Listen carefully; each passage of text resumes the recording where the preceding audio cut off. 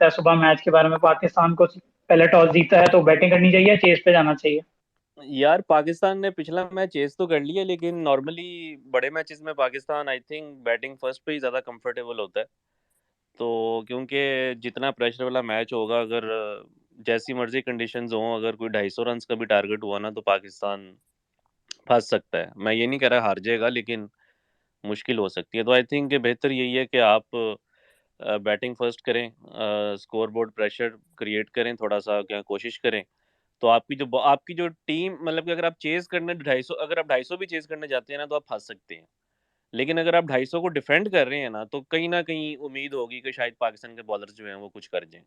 तो I think बेहतर यही है कि आप जो है ना वो बैटिंग फर्स्ट। तो आपको वैसे कुछ पता है कैसी पिच है? आप हो तो नहीं है, किसी कलीग वगैरह से बात हुई है कितना स्कोर करना चाहिए पाकिस्तान को, कुछ आइडिया है? शायद नहीं, ये तो नहीं पता होता कि कितना करना चाहिए, लेकिन आज जो है वो टीवी कमेंट्री में जो है, जो अभी मैच हो रहा था, कौन सा न्यूजीलैंड और बांग्लादेश का हुआ है, बांग्लादेश न्यूजीलैंड। उसके अंदर जो है वो इस चीज़ का जिक्र हुआ है। तो उस पे ये बात हुई थी कि वहाँ पे जो है वो दो टाइप्स की जो है पिचेस होती हैं, एक रेड क्ले है, एक ब्लैक क्ले है। तो जो रेड क्ले है वो ज़रा थोड़ा टर्निंग ट्रैक होता है, और जो ब्लैक है वो थोड़ा बैटिंग फ्रेंडली होता है। तो किसी को एग्जैक्ट तो कंडीशंस का नहीं पता होता, लेकिन आई थिंक ज़्यादा चांसेस यही हैं कि एक जो है ना वो बैटिंग विकेट होगी। लेकिन बैटिंग विकेट का ये मतलब नहीं है कि दोबारा 350 हो जाएगा। बट आई थिंक टू जिस तरह इंग्लैंड और न्यूजीलैंड वाला जो मैच था ना, आई थिंक उस तरह की पिच होगी।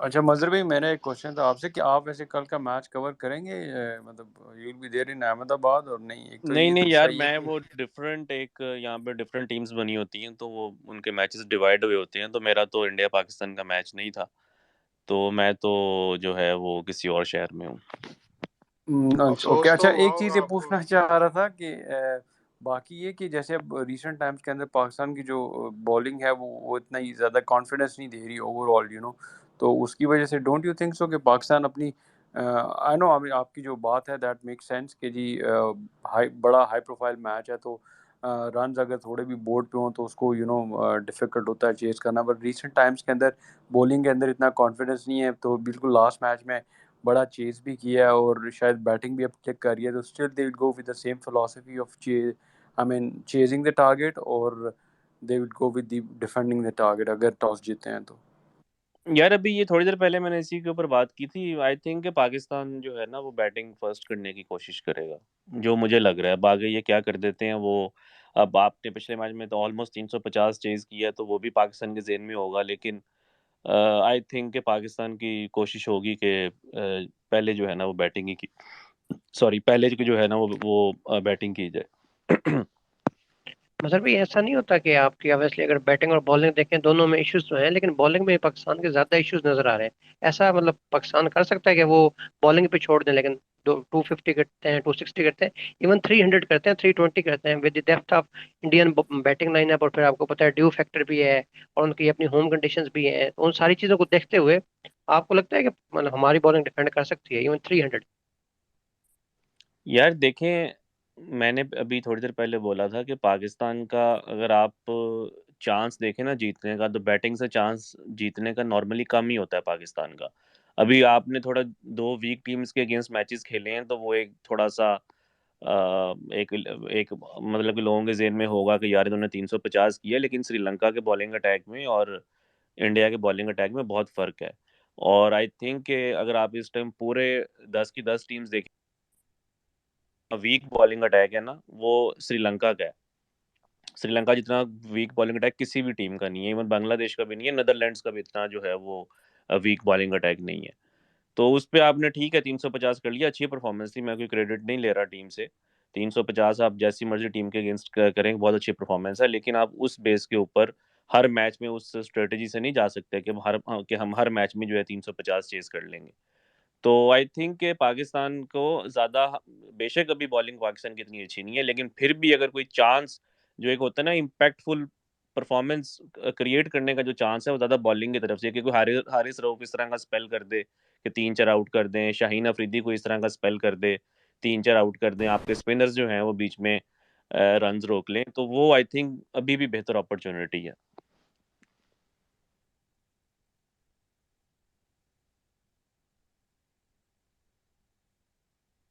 और यार मजहब आप भाई एक चीज़ ये पूछनी थी कि जैसे अभी कल के मैच में अभी हम लोग बात भी कर रहे थे कि डू यू थिंक कि Pakistan will go with the same combination exactly जो लास्ट टाइम था, और they will go with the I mean they will bring back Fakhar Zaman again? आपका क्या ख्याल है इस बारे में? नहीं, आई थिंक कि फ़खर को अब एक मैच ड्रॉप करने के बाद फ़ौरन तो नहीं लेकर आएँगे, और अगर लेकर आना होता तो पहले मैच में ना ड्रॉप करते। तो आई थिंक कि पाकिस्तान सेम कॉम्बिनेशन के साथ ही जाएगा, अगर अनटिल एंड अनलेस की कोई इंजरी हो जाए। आई थिंक वही टीम खेलेगी जो श्रीलंका की मगर खेली थी। भाई एज अ फैन अगर आप चाहें तो मतलब इमाम को ही रखेंगे या फखर को? आपकी अगर चॉइस हो इसमें। यार मेरी तो प्रेफरेंस फ़खर ही है, क्योंकि फ़खर जो है वो जिस तरह का भी आउट ऑफ फॉर्म प्लेयर है, वो उसकी अगर वो 8-10 मैच खेल रहा है ना, वो जितना मर्जी आउट ऑफ फॉर्म हो, वो आपको एक आधा मैच जितवा देगा। बेशक इंडिया वाला मैच ना जितवाए, लेकिन वो टूर्नामेंट में आपको एक मैच जो है ना वो जितवा के दे सकता है। और आप जितने मर्जी बड़े प्लेयर्स देख लें, वो एक ही मैच जितवाते होते हैं टूर्नामेंट में। बल्कि मैं आपको ऐसे ऐसे लेजेंड्स बता सकता हूँ जो कि 5-5 वर्ल्ड कप खेले हैं, लेकिन मैच उन्होंने एक या दो ही जितवाए थे 4-5 वर्ल्ड कप्स में। तो मैं अभी उसी डिटेल में नहीं जाऊँगा, लेकिन फ़खर के पास वो एक एबिलिटी है कि वो ज़्यादा जो है ना वो इम्पैक्टफुल इनिंग्स खेल सकता है। इमाम जो है ठीक है, अच्छा प्लेयर है, हम उसकी एवरेजेस देखते हैं जी 50 की एवरेज है। लेकिन इमाम की वो जो एक होता है ना क्लच प्लेयर, या जो एक क्लच इनिंग्स आपको चाहिए होती है। अब आप अब्दुल्ला शफीक ऑलरेडी आपके पास एक है कि जो आपको ऊपर से स्टेबिलिटी दे सकता है। बाबर भी आपको दे सकता है। लेकिन अब आपको साथ कोई एक ऐसा प्लेयर तो चाहिए ना जो ज़रा थोड़ा अटैक कर सके, अगर सेटल हो जाए तो मिडल ओवर्स में कुछ कर ले। तो वो फ़खर ही है अब। अब पहले फ़खर और इमाम एक अच्छा ओपनिंग पेयर था, लेकिन अब अगर अब्दुल्ला जो है आपका ओपनर बन गया है, तो इमाम आपकी कंट्री का सेकंड बेस्ट ओपनर नहीं है। अब अगर अब्दुल्ला टीम में आ गया तो आपका सेकंड बेस्ट ओपनर फ़खर ही है। या आगे जाके मेबी साइम अयूब या मोहम्मद हारिस हो जाएँ 2-3 सालों में, वो एक और बात है। तो आपको अब इसको इस ये आपने अब डिसाइड करना है कि आप इमाम को 6 साल से खिला रहे हैं, और ठीक है 50 की भी एवरेज है, लेकिन कितनी जो है उसने कोई ऐसी इनिंग्स खेली होंगी, गेम चेंजिंग इनिंग्स, जो कि फ़खर खेलता है या अब्दुल्ला ने खेल दिया आते साथ ही, ये जो अभी चेज़ किया उसने, या जो है वो बाबर आजम खेलता है। तो आई थिंक इमाम की मोस्टली जो परफॉर्मेंसेज हैं वो वीक टीम्स के अगेंस्ट हैं, और जो अच्छी टीम्स हैं उसके अगेंस्ट भी अगर कोई कोई परफॉर्मेंस है तो वो लो स्ट्राइक रेट के ऊपर है। आप 2023 के अंदर हैं अभी, और इमाम का जो स्ट्राइक रेट है वो अभी भी 82 का है।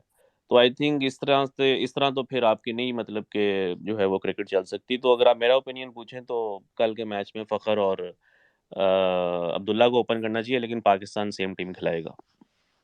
मतलब भाई आपने टीम शेयर की हुई थी, मैं आपसे एक लास्ट क्वेश्चन पूछूंगा। आपने उसमें उसामा को डाला था पहले, आपने कहा था उसामा होना चाहिए 11 के अंदर, कि वन ऑफ द ऑप्शन होना चाहिए, तो मतलब उस पर आप बात कर यार दें देखें, उसामा क्यों? आप जो है ना वो इंडिया के जो स्पिनर्स हैं ना, अगर आप पिछले कोई 10 सालों में देखें तो इंडिया के जो बैटर्स हैं उनकी पाकिस्तान के स्पिनर्स के ऊपर की 100 की एवरेज है।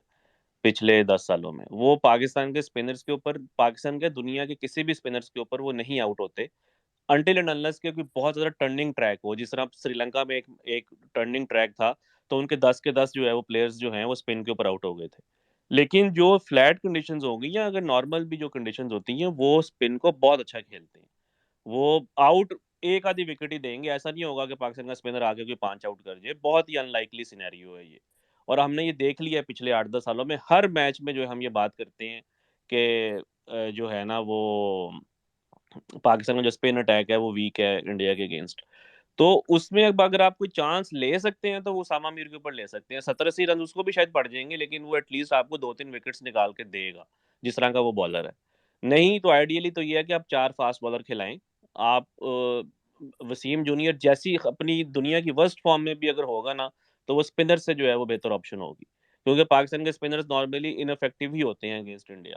बट खैर ये मेरी सोच है। पाकिस्तान, मुझे ये लग रहा है कि पाकिस्तान कोई चेंज नहीं करेगा, सेम टीम खिलाएगा। और उसामा मीर का तो अभी सुना है कि कुछ और भी उसका इशू चल रहा है, वो शायद थोड़ा सा बीमार भी है।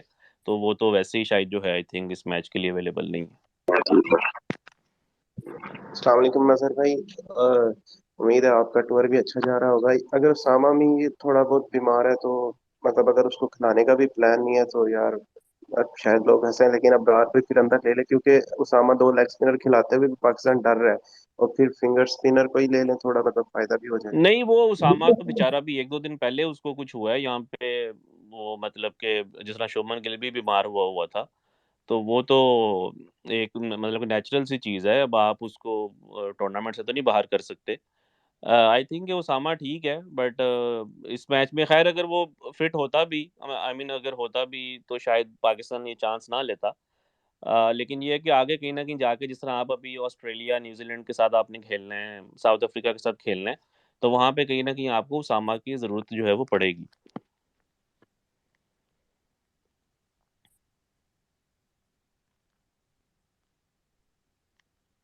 जी मलिक भाई बोलो। मलिक भाई बोले। अच्छा मजहर भाई, मेरा सवाल ये था कि जैसे इंडिया के अगेंस्ट जब आप खेलते हो तो मुझे ऐसे लगता है कि काफी नॉर्मली हम लोग ये सवाल कर देते हैं या इस चीज को कैंसिल कर देते हैं कि जी दो लेग स्पिनर नहीं खिला सकते हम। जैसे कोई क्रिकेट में रूल है कि भाई दो लेग स्पिनर नहीं खेल सकते। अब मुझे समझ नहीं आती कि नवाज आपको कंट्रोल ऑफर करता है, लेकिन कंट्रोल आप इंडिया के अगेंस्ट कंट्रोल करके क्या करोगे? मतलब वो 10 ओवर में बहुत अच्छी बॉलिंग कर लेगा तो 60 खा लेगा या 55 खा लेगा, तो उससे हम मैच नहीं जीत सकते। तो मुझे पॉइंट नहीं समझ आता कि नवाज जैसा प्लेयर ठीक है, आप साउथ अफ्रीका या ऑस्ट्रेलिया के अगेंस्ट खिला लो या किसी और टीम के अगेंस्ट खिला लो, लेकिन इंडिया के अगेंस्ट उसको खिलाने का, T20 के अलावा मैं बात कर रहा हूँ, जैसे ODIs की बात कर रहा हूँ, क्योंकि वो विकेट टेकर नहीं है। अगर आप 50 ओवर्स की बात करें तो मुझे उसका रोल समझ नहीं आता इंडिया जैसे मैच में कि वो क्या आपको ऑफर करेगा। आप चाहते हो कि आप 10 ओवर करवा के बगैर विकेट के 60 रन दे के तो साइड पे हो जाओगे, तो उसका पॉइंट नहीं है। तो मुझे लगता है कि अगर ये उसामा को खिलाते हैं तो एटलीस्ट इंडिया को हम इसी तरह हरा सकते हैं अगर हम उनको आउट करें। तो अगर आउट करने पे जाते हैं तो फिर मेरा ख्याल है कि इनको दोनों लेग स्पिनर्स के साथ जाना चाहिए, या मोहम्मद वसीम जो है as a fourth fast bowler, लेकिन उस पे भी मुझे डर लगता है उससे भी। तो आप क्या कहते हैं इस पे? जी, मैंने तो यही बात की जो आपने की है। 1-2 मिनट पहले मैं एग्ज़ैक्टली यही बात कर रहा था कि मेरे तो ओपिनियन में उसामा को और श शादाब को खेलना चाहिए। लेकिन उसामा आई डोंट थिंक इस मैच के लिए जो है वो अवेलेबल है। उसके कुछ वो फ़िटनेस के इश्यूज़ हैं। और जो वसीम की बात है 100% मैं तो अगर तो फ्लैट विकेट है मैं तो बिल्कुल वसीम जूनियर के ऊपर जो है वो चांस लूँगा। आउट ना तो नवाज़ ने करने हैं, आई मीन अनलाइकली है, और वसीम का भी अनलाइकली है।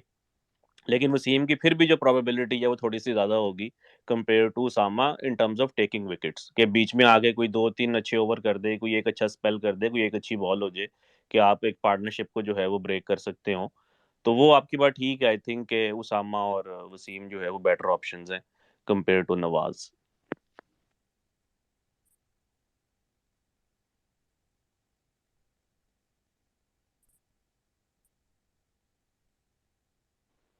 यार आपका ट्रिप कैसा जा रहा है उधर?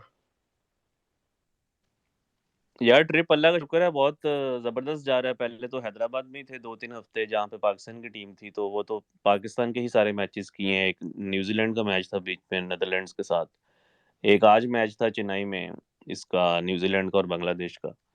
तो बस ठीक है, अच्छा जा रहा है ट्रिप। आप हैदराबादी बिरयानी से लुत्फानंदोज हुए हैं या नहीं? ये यार सोहेल बड़ा कहाँ से आ गया? यार मुझे बिरयानी वैसे ही नहीं पसंद, बहुत ही मुझे ओवररेटेड सी चीज़ लगती है। लेकिन ये है कि लोग तो यहाँ पे काफ़ी तारीफ कर रहे थे। लेकिन हैदराबाद में इंडिया में वैसे जो बाकी खाने हैं वो काफ़ी ज़बरदस्त हैं, तो आई थिंक बिरयानी के अलावा भी जो है यहाँ पे काफ़ी चीज़ें हैं। लेकिन वो मैंने उस दिन एक ट्वीट किया था यहाँ पे डोसे का, मैंने वो डोसा खा के पिक्चर ली तो नीचे किसी एक इंडियन भाई ने कमेंट किया हुआ था, कहता आप लोग जब से पाकिस्तान से आए हैं आप लोग खाने की बातें कर रहे हैं, पता नहीं हम वहाँ से भूखे आए हैं या क्या आए हैं। तो मैं अब सोच रहा हूँ कि खाने की ज़रा कम ही बातें की जाए। मैंने पूछना था कि टॉस से डिस्कशन होगी कि like what is more suitable, ये डिस्कशन हुई है क्या? अच्छा हनान, तुमने 100 का नोट भेजा, बताओ क्या का है पाकिस्तान के लिए, क्या यही कि सूटेबल है? पाकिस्तान को पहले बैटिंग करनी चाहिए, जो मर्जी हो, बेशक 260 280 290 बैटिंग रिकॉर्डलेस पिच है यार, अभी तो बट पूरा फ्लैट लग रहा है तो। बोल रहा था कोई अनान, यार तुम भी। मजहर भाई, मैं वो पूछना भूल गया था उस वक्त, आपने जब बैटिंग का बोला, आपकी बात तो सही है, लेकिन अभी बाबर आजम ने जो प्रेस कॉन्फ्रेंस में बोला कि 2-3 दफा उन्होंने मेंशन किया कि अंडर लाइट्स जो है वो बैटिंग आसान लग रही है, बाकी मैचेस भी उन्होंने देखे हैं। तो मतलब मुझे लग रहा है कि शायद वो कहीं ना कहीं सोच रहे हैं कि ड्यू या अंडर लाइट्स बैटिंग करने का, मतलब टॉस जीत के शायद बॉलिंग करने का। ठीक है, अंडर लाइट बात तो ठीक है कि अंडर लाइट जो है वो ज़रा बैटिंग जो है वो ठीक है, लेकिन यार देखें जब आपका स्कोरबोर्ड प्रेशर आ जाएगा ना कोई 300 सवा 300 रन्स का, तो फिर लाइट्स हो, आपको 20 विकेट्स भी मिल जाएं, अगली टीम के 2 बॉलर भी इंजर्ड हो जाएं, वो नहीं आप उस प्रेशर को जो है वो सस्टेन कर सकते। T20 मैच में 20 ओवर्स होते हैं, शायद उसमें आप सस्टेन कर जाएं, लेकिन 50 ओवर्स तक एक प्रेशर को सस्टेन करना, जहाँ पे के अगली बॉलिंग अटैक भी बहुत अच्छा है, कुलदीप के 10 ओवर्स हैं, कोई T20 में 3-4 ओवर्स का स्पेल होता है, तो आप 2 अच्छे बॉलर्स बॉलर्स के अगर आप स्पेल निकाल देंगे 4-4 ओवर्स के, तो आपके पास बाकी 12 ओवर्स होते हैं, आप उनको अटैक कर सकते हैं। लेकिन वनडे क्रिकेट में अगर आपको 2 अच्छे बॉलर सामने लग जाएं, तो उनके 20 ओवर्स निकालना वो बड़ा मुसीबत हो जाती है। तो आई थिंक कि वो, मेरा नहीं ख्याल कि पाकिस्तान की जो है ना ये एक बहुत ही इनएक्सपीरियंस्ड बैटिंग लाइनअप है। अभी हम लोग इन प्लेयर्स को बहुत ज़्यादा देखते हैं, तो हमारे ज़हन में ये है कि शायद ये कि बहुत मतलब कि बड़े और एक्सपीरियंस प्लेयर्स हैं। अगर आप इनका दूसरी टीम के साथ कंपैरिजन करें, तो पाकिस्तान की एक बहुत ही इनएक्सपीरियंस जो है वो बैटिंग लाइनअप है, और एक मैच या 2 मैचेस के ऊपर आप उनको नहीं इतना ज़्यादा जो है वो जज कर सकते, जो भी उन्होंने 350 चेज़ की है। आई थिंक चेज़ करना जो है ना इंडिया के अगेंस्ट, अगर कोई 300 का टारगेट मिल जाता है, तो वो आपके लिए मुश्किल हो सकता है। तो मजहर भाई, ये जो खबर आई थी आगा सलमान वाली के उसको ओपनर करवा सकते हैं, ये सिर्फ खबर ही थी या मैनेजमेंट इस बारे में सोच रही है कुछ आउट ऑफ द बॉक्स से किसी और से ओपनिंग करवाई जाए, चाहे वो? यार पता नहीं, अब पाकिस्तान में क्या, हर पूरी दुनिया में ही अब तो ट्विटर के ऊपर लोग इतनी वो फेक चीजें चला रहे होते हैं, अब तो ये भी नहीं पता चलता कि सच क्या है और झूठ क्या है। मैंने तो ऑनेस्टली लोगों के ये ट्वीट्स के ऊपर जो खबरें आती हैं कि फलां ने ये बोला है, फलां ने ये बोला है, मैंने तो इसके ऊपर बिल्कुल ही जो है ना वो मेरा यकीन खत्म हो गया, अनटिल एंड अनलेस के मैं कोई क्रिक इन्फो या क्रिकबज़ या कोई इस तरह की वेबसाइट पर मैं खुद पढूं, या मैं किसी डायरेक्टली जो है किसी बंदे से पूछूं कि भाई क्या ये बात हुई थी कि नहीं, तो और वो तो बिल्कुल। ऊपर इसलिए से तो मैंने सादी आपसे जैसे पूछा था। लड़के यकीन भी कर लेते हैं बिला वजह, मतलब हर नहीं, वो उड़ती आगा बात। सलमान वाली तो बिल्कुल यार बेकार मतलब की खबर थी, ये कोई दूर दूर तक ऐसी बात नहीं हुई कि आगा सलमान ने ओपन करना है। वो क्यों ओपन करेगा यार, आपके पास 3 ओपनर हैं, रिजवान ओपन कर सकता है वो, मतलब कि कैसे जो है अजीब सी लोग जो है वो छुड़लियां छोड़ देते हैं। वैसे नवाज की ओपनर नहीं ओपनिंग कर सकता मजहर भाई, अगर आपने रिजवान से ही करवानी है, वो तो 4 पे सेट है। यार अगर आपने कोई उल्टा लटक के कोई काम करना ही है, तो फिर नवाज को करवा लें या शाहीन को करवा लें, बात तो एक ही है, मतलब कि नवाज करे शाहीन करे।